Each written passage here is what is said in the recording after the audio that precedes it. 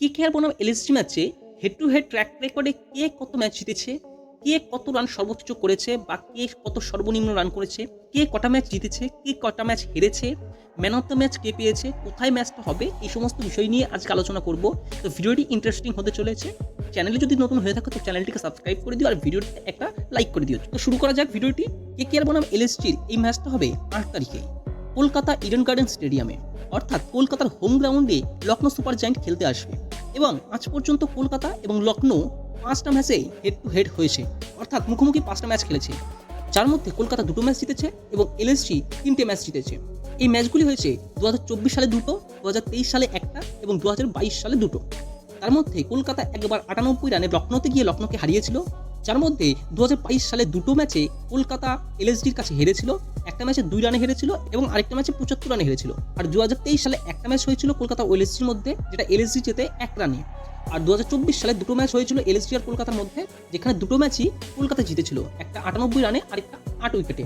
অর্থাৎ যদি দেখা যায় যে এলএসজি এবং কলকাতার মধ্যে হেড টু হেড ম্যাচে সবকটাই কিন্তু ক্লোজ ম্যাচ গিয়েছে, যে কটা কেকেআর হেরেছে। আর কেকেআর যে ম্যাচগুলো জিতেছে সেটা খুব বড় মার্জিনে জিতেছে। সুতরাং এদিক থেকে বলা যেতে পারে যে কেকেআর এলএসজি থেকে অনেকটাই এগিয়ে আছে। উইনিং পার্সেন্টেজে হয়তো প্রিভিয়াস ইয়ারে এলএসজি এগিয়ে আছে, কিন্তু লাস্ট ইয়ার অর্থাৎ 2024 সালের উইনিং পার্সেন্টেজ 100%ই কিন্তু কলকাতা জিতেছিল। তার আগের দুটো ইয়ার্স অর্থাৎ 22 আর 23-এ সেখানে এলএসজির পার্সেন্টেজটা অনেকটাই বেশি ছিল। আর যদি আসা যায় যে কেকেআর সবথেকে হাইয়েস্ট স্কোর কত হয়েছিল এলএসজির বিরুদ্ধে, সেটা হলো 235 রান, যেটা কেকেআর হাইয়েস্ট স্কোর ছিল এলএসজির বিরুদ্ধে। আর যদি এবার আসা যায় হাইয়েস্ট স্কোর সবথেকে বেশি কোন দল করেছিল, সেটা কেকেআর এর হাইয়েস্ট স্কোর ছিল 235 আর এলএসজির হাইয়েস্ট স্কোর ছিল 210।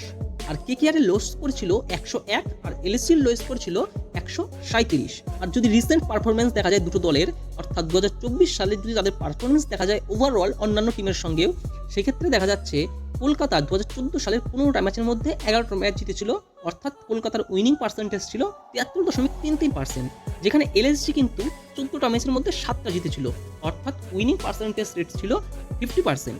আর কেকেআর ও এলএসজির মধ্যে হেড টু হেড ম্যাচে সবথেকে বেশি রান করেছিল কুইন্টন ডিকক, কিন্তু সেটা এলএসজির হয়ে। কিন্তু এই বছর কুইন্টন ডিকক এলএসজির বিপরীত টিম অর্থাৎ কেকেআর এর হয়ে খেলবে, কিন্তু এলএসজির বিরুদ্ধে সবথেকে বেশি উইকেট নিয়েছিল মহসিন খান এবং রবি বিষ্ণই এলএসজির হয়ে। যদি হেড টু হেডের এই সমস্ত তথ্যগুলি বিশ্লেষণ করা যায়, তাহলে আমরা একটা কথাই বলবো যে দুজনের মধ্যে উইনিং পার্সেন্টেজ 50-50 থাকবে। এবং কেকেআর এর প্রিভিয়াস ইয়ার ভালো হলেও তার আগের ইয়ারগুলো খারাপ গেছিল। সুতরাং ম্যাচটা খুব দুর্দান্ত হতে চলেছে।